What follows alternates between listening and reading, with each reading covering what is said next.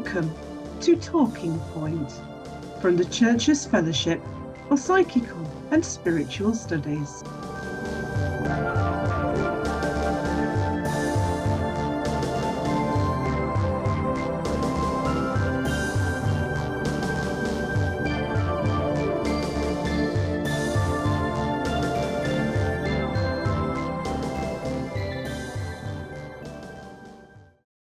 Are unusual phenomena signs of holiness? Renee Haynes. Renee Haynes was a lay member of the Roman Catholic Church, the author of several books on historical or parapsychological subjects, and was until the end of 1981 the editor of the Proceedings and Journal of the Society for Psychical Research. This article appeared in the June 1982 edition of the Christian Parapsychologist Journal, and may reflect the language and attitudes of the time in which it was written. Responsibility for opinions expressed herein rests solely with the author, and such opinions must not be taken to represent those of the CFPSS. Are unusual phenomena signs of holiness? The brief answer is no, not necessarily. You have only to look at the facts to see that this is so. Look, for instance, at the strange figure of Rasputin, the wandering Russian monk who was heir to all the shamanistic traditions of his vast country. He was reputed to have marked gifts of telepathy and precognition. People spoke too of his piercing hypnotic eyes. He had quite certainly the power to alleviate the little Tsarevich's painful and distressing attacks of hemophilia. It is now known that strong suggestion can sometimes constrict blood vessels. Now Rasputin was not by any standards holy. He had a most impressive, almost demonic personality. As far as anyone can judge from the outside, he was evil, driven by pride and an insatiable craving for power, lustful, lying, revengeful, angry. Now look at someone very different, the psychiatrist Carl Jung. Look at what happened during that fraught conversation in the library which finally severed his connection with Freud. Suddenly, at a tense moment, there was a noise like an explosion in the bookcase. "My solar plexus is red hot," said Jung. "It's going to happen again."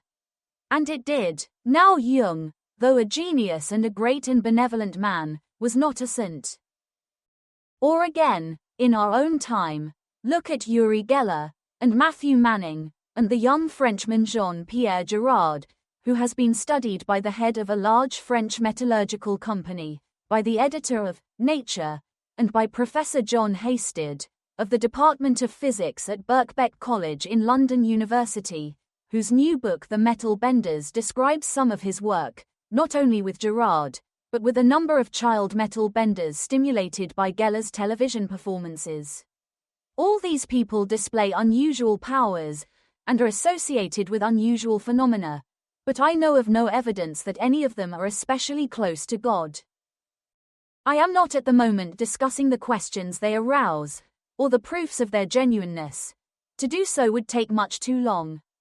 Perhaps I should say, though, that I am myself convinced that Geller has and uses an unexplained power of bending or distorting metal, though, as a practiced showman, he may well resort to trickery and conjuring when it is not working. I accept also that Manning and Girard also have such powers, together with kindred abilities to affect electrical and electronic equipment, to deflect compass needles, and so on. Neither makes difficulties about investigation. Manning, indeed, was closely studied at a seminar held in Toronto University. The young Nobel Prize winner, Dr. Brian Josephson, of Cambridge, made some fascinating discoveries there as to the pattern of brainwaves accompanying his odd achievements. One of them he called the ramp function. Equally unusual phenomena, this time involuntary, have also occurred round a young German girl, Anne-Marie S., whose presence set electric lights swinging in her office, upset the switchboard, and caused hundreds of non-existent telephone calls to be recorded. The premises were investigated by the local council, the police, electricians, and telephone experts, but not until Dr. Hans Bender, of the Institute for the Study of Borderline Psychology at Freiburg in Bresgau, called in, was it recognized the trouble centered round this girl and ceased when she was away.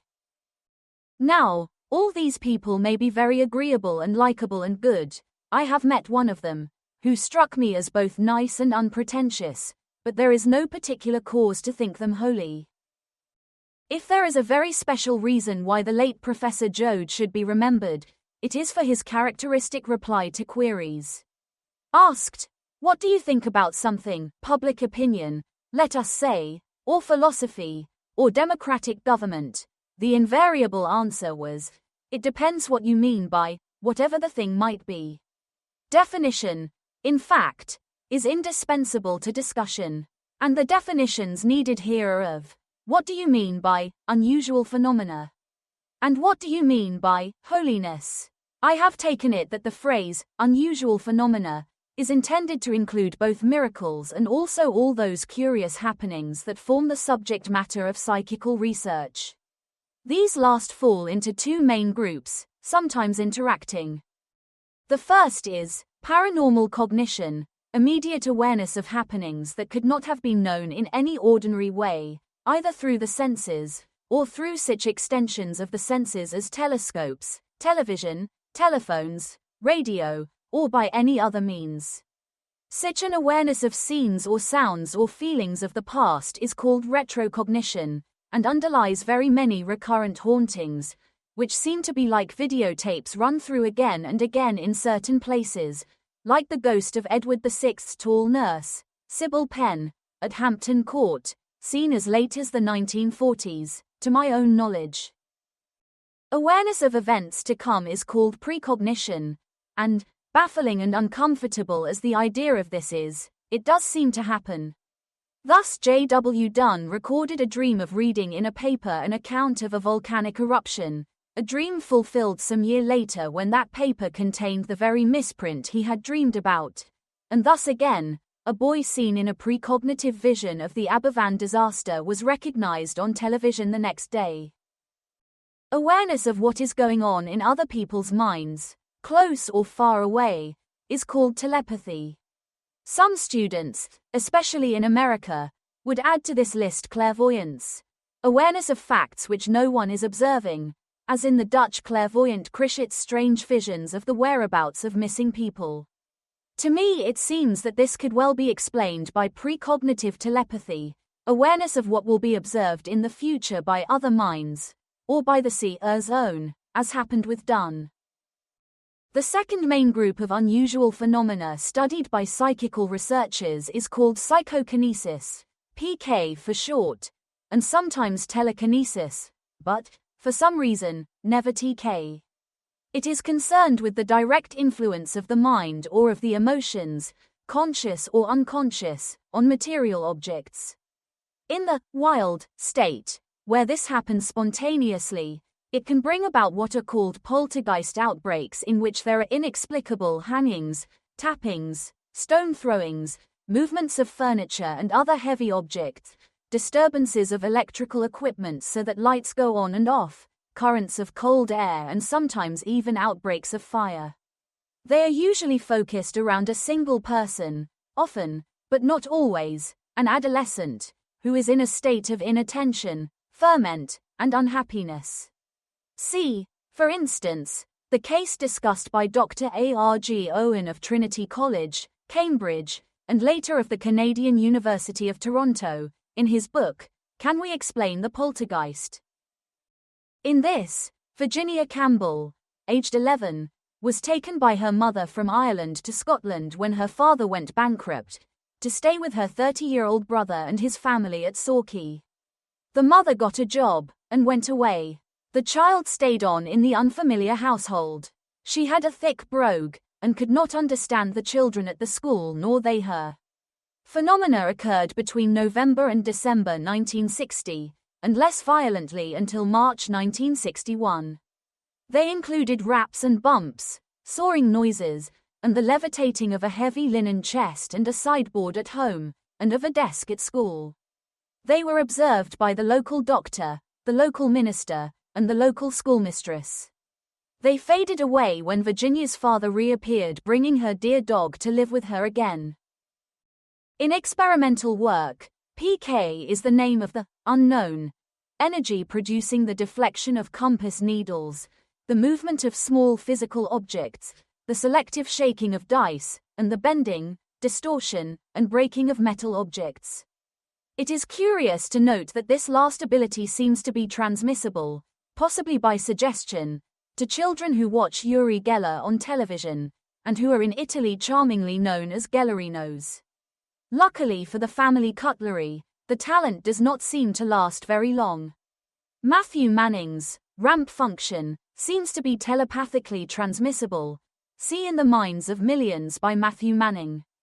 PK and suggestion may also be at work, separately or together, in some forms of paranormal healing. Now some of these unusual phenomena are indeed to be observed in holy people, partly perhaps because contemplation involves stillness and increased awareness, and because faith quiets anxiety, which tends to inhibit extrasensory perception, though its effect on psychokinesis, at any rate the spontaneous kind, may be different. There are many instances of telepathy to be found among holy people, many precognitions, and some levitations, less of objects than of their own bodies, and many instances of healing, some paranormal in the ordinary sense, brought about either by suggestion or by some psychokinetic gift, and some miraculous. The distinction between the paranormal and the miraculous is often hard to draw in individual cases. Essentially, however, the miraculous is something brought about by the direct and instantaneous power of God, in which no secondary natural causes can be traced, which is not to deny that God acts through secondary natural causes. It is always open, of course, to those repelled by the idea that miracles can occur, with its startling implications that God is, and is conscious, active, and purposeful, to fall back on the notion of coincidence. But, on a non-religious level, a number of contemporary thinkers, among them Jung, the great mathematician Wolfgang Pauli, and Arthur Koestler, have been formulating and discussing the nature of meaningful coincidence as evidence that there is some free, spontaneous, integrating principle in the universe operating independently of physical causation. This principle has been labeled synchronicity. On a religious level, moreover, one should remember William Temple's famous remark, "When I pray, coincidences tend to happen. When I don't, they don't." The miraculous, then, for those who accept the concept, is something that happens through the immediate action of God, often, though not always, in response to prayer. The prayer of individuals or of groups or of some person whom they have asked to pray for them. Many Christians, not only Roman Catholics like me, and, I think, many Jews and possibly Muslims too, believe that just as we can ask a living friend to pray for us, so too we can ask the prayers of the blessed dead.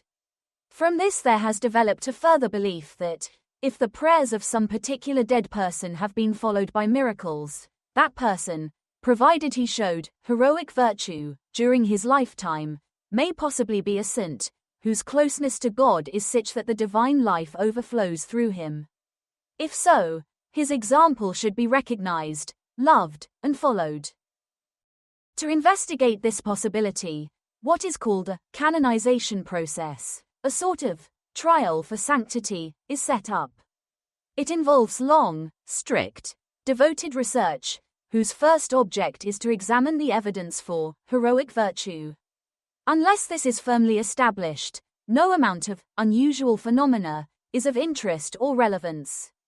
In these trials, the first thing to be looked at is how the person in question, who must be dead, carried out the duties of his ordinary life, at work or at home, whether he was a pope or a factory worker, a prime minister or a peasant.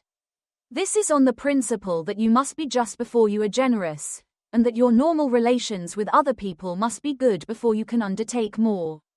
On this level, some rather unexpected decisions may crop up, as when it was said in support of some candidate that though he had married twice he had never made love to either of his wives. The verdict was not that he had shown admirable chastity and self-control, but that he had defrauded them of their rights and of their hopes for children. Later comes evidence of faith, hope, and charity, and humility, in all the person's words, deeds, and writings, and a careful examination of his motives. Thus, for instance, did he want power? Did he want money? Did he want fame? Was he, in the child's phrase, showing off? Only after it has been established that an individual's character, prayer, and activities brought him so close to God that he was imbued by the Holy Spirit and was used to carry out the divine purpose, does the question of miracles arise. Evidence for these unusual phenomena is then taken. The witnesses are on oath and are closely questioned. The court weighs their motives as far as possible. Is there any question of fraud? Do they want notoriety for themselves? Do they like telling a good story? If they are members of some group or community, are they concerned with its glory? And so on. Above all, do their accounts of what happened tally with one another, and is there a cumulative weight of proof? Once the facts seem to be fully confirmed, natural explanations have to be sought for them before they can be accepted as miraculous. Thus, in an instance of healing, was the illness organic or functional, purely physiological or psychosomatic? Prospero Lambertini, 1675 to 1758. He ended his life as Pope Benedict XIV, on whose great study of canonization much current procedure still depends, had for many years before he wrote it served as what is called devil's advocate, whose job it was, and is, to present the case against the individual suspected of sanctity. So he knew all the arguments. He distinguished very carefully between miracle and the effects of hallucination, delusion, shock, and suggestion, which of course can be very powerful. He noted, for example, the case of a recently paralyzed man who had been left alone in a house, and when it caught fire was able, with immense effort, to get up and totter to safety. This, he said, was no miracle. But miracle was indeed involved in the instantaneous cure of a child who had been born deformed, who had never walked, and whose unused, shriveled, and atrophied legs had worked at once. I hope this brief account is enough to show that whereas the special variety of unusual phenomena, known as miracle, is regarded as a sign of holiness, it plays second fiddle to the love of God and man in those through whom it is brought about, and that the evidence that it has occurred is examined and sifted very carefully indeed. It should be added that Lambertini himself, like Thomas Aquinas before him, and Aristotle still further back, recognized the occurrence of paranormal cognition, not only in humans but in animals. He called it natural prophecy, and observed that it was rare among learned persons who had been taught to concentrate, and whose minds were well filled. It was commoner among the uneducated and among women and fools. So much, then, for a definition of unusual phenomena, and for an attempt to distinguish them from miracles. It is an attempt especially needed just now when a book called, with a slipshod misuse of language, A Course in Miracles has been published in America. It is devoted to expounding the techniques of developing paranormal ability, a sort of do-it-yourself sci, and has no connection with prayer. Even if it had, it is inconceivable that anyone near to God, any holy man and humble of heart, should pray for, or try to exercise himself in, miracle working as such.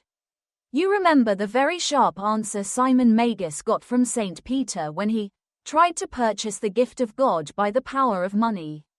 You may remember too the curious effects of telepathic concentration disguised as prayer recorded in Aldous Huxley's Grey Eminence. Now for a definition of holiness, or of the holy, a term to which the concise Oxford Dictionary assigns such meanings as consecrated, sacred, morally and spiritually perfect, belonging to, empowered by, devoted to, God. This needs, I think, to be contrasted with the numinous, here rather more briefly indicated as spiritual, or inspiring, indicating the presence of a local deity. The two ideas are plainly close kin to one another. Witness Coleridge's lines about a place as holy and enchanted as air beneath a waning moon, was haunted by woman wailing for her demon lover. But they are not the same, though both involve realms of experience outside the usual range. Briefly, one may say that though holiness can also be numinous, involving awe and a sense of spiritual presence, the numinous is not necessarily holy. It does not involve consecration or devotion to God, even though some of its manifestations may produce what the medievals called spiritual luxury, an experience sought for its own sake. This distinction between the holy and the numinous has been pretty clearly recognized in most times and places. In our own time and place, however, two factors have emerged to blur it. One is the fashionable assumption that value judgments are useless, irrelevant, and out of date. The other is the violent and ever-growing popular reaction against the rationalist dogma that nothing can be accepted as true unless or until it has been demonstrated by repeatable scientific experiment.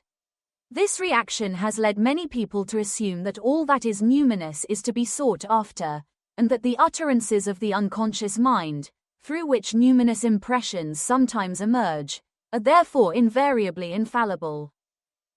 Access to the realms of the unconscious, free from the control of the responsible mind, can be attained in various ways. The commonest of all is sleep, whence dreams may be remembered, dreams of all sorts, including those that contain memories, fantasies, wishes, and symbols significant for the dreamer alone, as well as occasional telepathic or precognitive impressions. Other ways through to the unconscious include hypnosis, by the person concerned or by someone else, the use of the Ouija board, and various psychosomatic practices, among them exercises in breathing or in mindless meditation of a sound, or the ingestion of psychedelic drugs taken by mouth, like opium or lysergic acid derivatives such as LSD-25, or by injection, or by rubbing ointment into the skin, such as those produced by witches from hallucinogens like the vegetable henbane, or bufotenin, derived from the toad, mixed with fat. The French poets of a century ago hoped to find their way by sexual perversions which annihilated the reasoning self in ecstasy. Having dived into the deep seas of enchantment, what do you find there? Songs without words, surges of perception, overwhelming urgent compulsions, strange beliefs, that you are physically invulnerable, that you are being pursued by demons, that you can see everything in terms of Pointillier painting, that angels walk before you, and all the while, infinitely extended, time like a wounded snake drags its slow length along. The raw material of poems and of scientific discoveries may emerge from the unconscious. Coleridge's Kubla Khan and Kekulé's discovery of the structure of the benzene ring were both born of dreams. So also may the raw material of psi emerge. But in all cases that raw material needs to be interpreted and evaluated and used by the conscious self. Kubla Khan could only have been written by a poet. Kekulé's vision could only have made sense to a scientist. Paranormal phenomena, too, need to be scrutinized. If taken at their face value, they can be so misleading as to prove disastrous. Witness what happened with two French clairvoyants. One was mentioned in Father Reginald Omet's study, Psychical Phenomena. The other appeared in the Sunday Times of the 25th of September 1977. Each woman inspired her client with such terror of an individual said to be ill-wishing, or trying to poison him, that the client went off and in self-defense murdered the person accused. It seems probable that each clairvoyant became aware, telepathically, of obsessions and suspicions already present in her client's mind, and fed them back to him as objective fact. If these instances are not proof enough that unusual phenomena are not in themselves a sign of sanctity, consider the way in which such phenomena can occasionally be used. Thus it is probably true that the members of Manson's murder group in the United States were, as they claimed, in telepathic touch with their horrible master from time to time, but no one could have called them, or him, morally and spiritually perfect, devoted to God, however numinous their experiences may have been.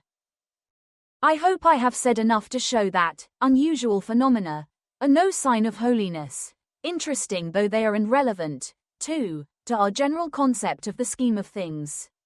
Perhaps I might add quotations from two people. One is from Lambertini, who writes of visions, that people who have them are not necessarily holier than people who do not, and that their nature is to be ascertained, not by their content, but by their effect.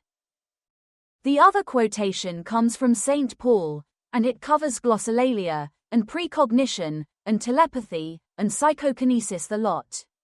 You all know it, but I should like to cite it now. Though I speak with the tongues of men and of angels, and have not charity, I am become as sounding brass, or a tinkling cymbal. And though I have the gift of prophecy, and understand all mysteries, and all knowledge, and though I have all faith, so that I could remove mountains, and have not charity, I am nothing.